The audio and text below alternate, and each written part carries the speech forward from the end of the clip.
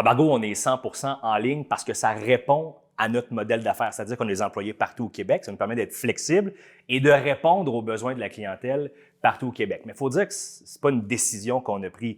Nous, ça a évolué comme ça. Parce que si on se souvient, j'étais à l'école. Donc, à Baie-Comeau, ça allait bien. J'étais à Baie-Comeau. Je travaillais à Baie-Comeau.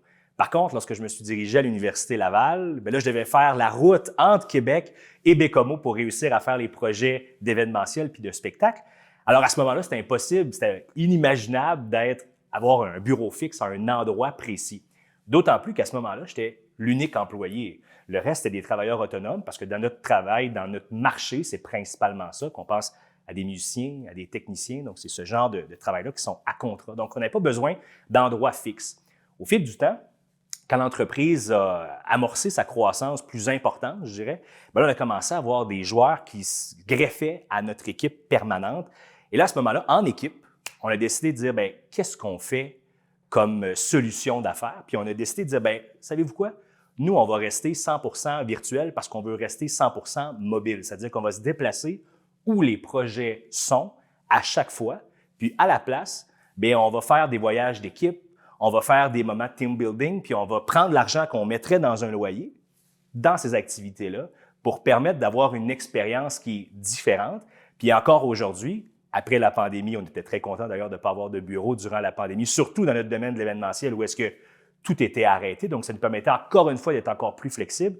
Mais encore aujourd'hui, il y a quelques semaines, on a eu la même discussion. Est-ce que ça prend éventuellement une place d'affaires, du moins pour la gestion permanente d'entreprise? On a répondu non. Alors, c'est pourquoi on continue d'être 100% virtuel, mais quand même avec une structure dans tout ça.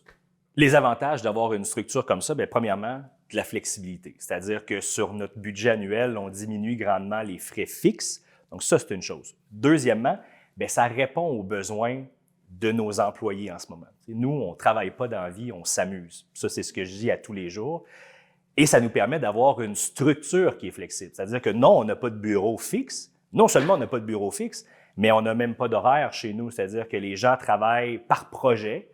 Est-ce que le travail est fait pour cette semaine? Oui, parfait. Alors, si tu as un rendez-vous chez le dentiste, c'est faire changer tes pneus, un rendez-vous à la garderie pour ton enfant, bien, il n'y a pas de problème. C'est la formule qu'on a mis en place. Donc, c'est un avantage non seulement pour l'organisation, c'est-à-dire que ça allège la structure de l'entreprise, mais c'est un avantage pour tous ceux qui y participent au quotidien parce que ça nous permet d'avoir un travail qui n'est pas comme les autres.